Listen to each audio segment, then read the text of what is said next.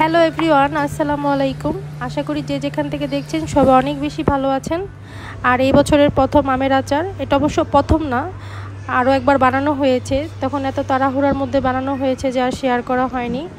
আর যারা আমার মতো খোসাসহ আমের আচারটা খেতে বেশি ভালোবাসেন তারা সিজনের শুরুর দিকে এটা করলে বেশি ভালো হয়, কারণ তখন খোসাটা নরম এবং পাতলা থাকে, যেটা খেতেও ভালো লাগে। আর এই যে এইদিকে আমি যখন আচার বানানোর জন্য প্রস্তুতি নিচ্ছি তখন রীতিমতো যুদ্ধ লেগে গিয়েছে।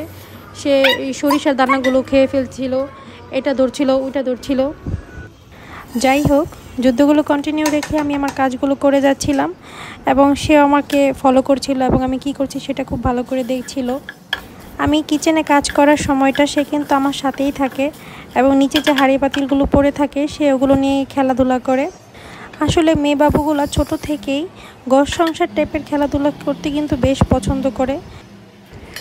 আর এইদিকে সরিষার সাথে আমি 2টা শুকনা মরিচ এবং লবণ দিয়ে ব্লেন্ড করে নিয়েছি যাতে তেতো তেতো ভাবটা না আসে। এখন প্যানের মধ্যে 1 কাপ পরিমাণে সরিষার তেল দিয়ে দিব এবং এখানে তেজপাতা আর এলাচ দিয়ে কিছুক্ষণ ভেজে নিব। আর সরিষার পাউডারের সাথে আমি অল্প পরিমাণের পানি মিক্স করে নিয়েছি যাতে মশলাটা কষানোর সময় পুড়ে না যায়।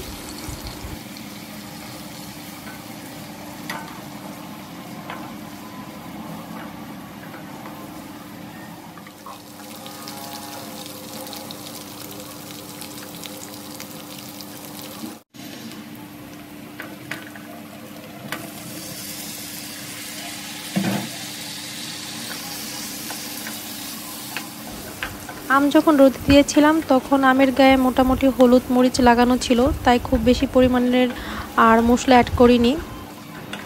কিছুক্ষণ রান্নার পর যখন খোসার কালারটা চেঞ্জ হয়ে যাবে তখনই আমরা গুড় অ্যাড করতে থাকবো এবং যার যার স্বাদ অনুযায়ী গুড় অ্যাড করলেই হবে।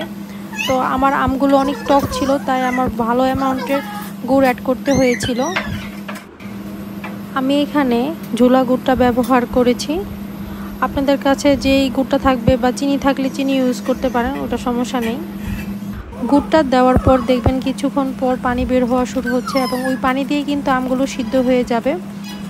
এখন এই পর্যায়ে আমি সামান্য বিট লবণ দিয়ে দিচ্ছি এবং বিট লবণটা দিলে কিন্তু আচারের স্বাদটা অনেক গুণ বেড়ে যায়।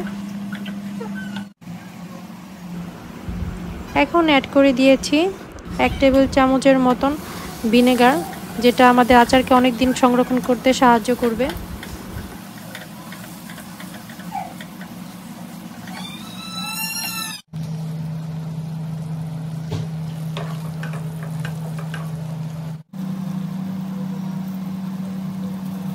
আমার আচারটা কিন্তু প্রায় হয়ে গিয়েছে, তাই এখন টক মিষ্টির পরিমাণটা ঠিক রেখে আমি ঝালটা অ্যাড করব।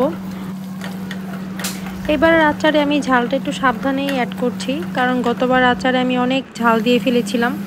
আমার যেহেতু ঝালটা খেতে বেশি ভালো লাগে তাই আমি একটু বেশি পরিমাণেই ঝাল দিয়েছি, তাই অনেকেই খেতে পারেনি, সবাই কমপ্লেন করেছে যে সব কিছুই ঠিকঠাক ছিল, শুধু ঝালটাই বেশি হয়ে গিয়েছে। আর এখন 5 ফোড়নটা দিয়ে আমি ভালো করে 10 মিনিট জাল করব। জাল করা শেষে আমি আচারটা ঠান্ডা হওয়ার জন্য এখানেই রেখে দিব। আর গরম আচারটাই কিন্তু কয়েকবার টেস্ট করা হয়ে গিয়েছে আনাবিয়া কিন্তু কিছুক্ষণ পর পর দেখতে আসে আর একটু টেস্ট করে যায়। সে এত আচার পাগল, অনেক টক খেতে পারে সে, আলহামদুলিল্লাহ।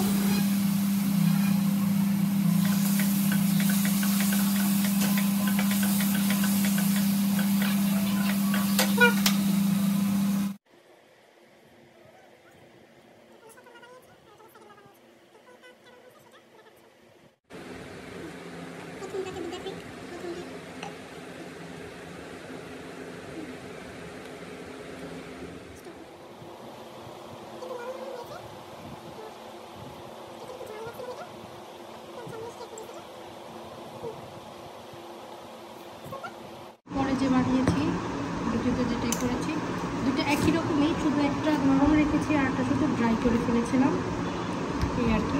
ভাজা একটু ড্রাই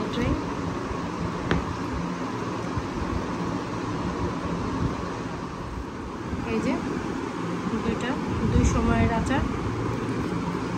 এটা একটু যেহেতু খুব কম সময়ে এটা আমি জাল করেছি আর এটা অনেকক্ষণ সময় ধরে জাল করেছি, তাই এটা একটু ঝরঝরে টাইপের দেখা যায়, কিন্তু সবাই এটাই বেশি পছন্দ করছে কারণ এটাতে ঝাল কমটা। কীভাবে খায়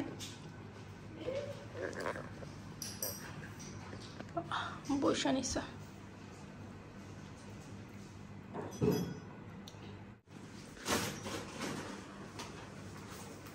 কি খাও?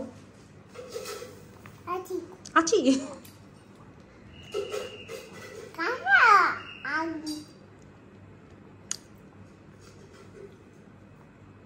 আচ্ছা কি টক?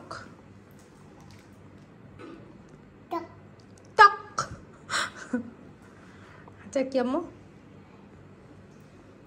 ঝাল লাগে না?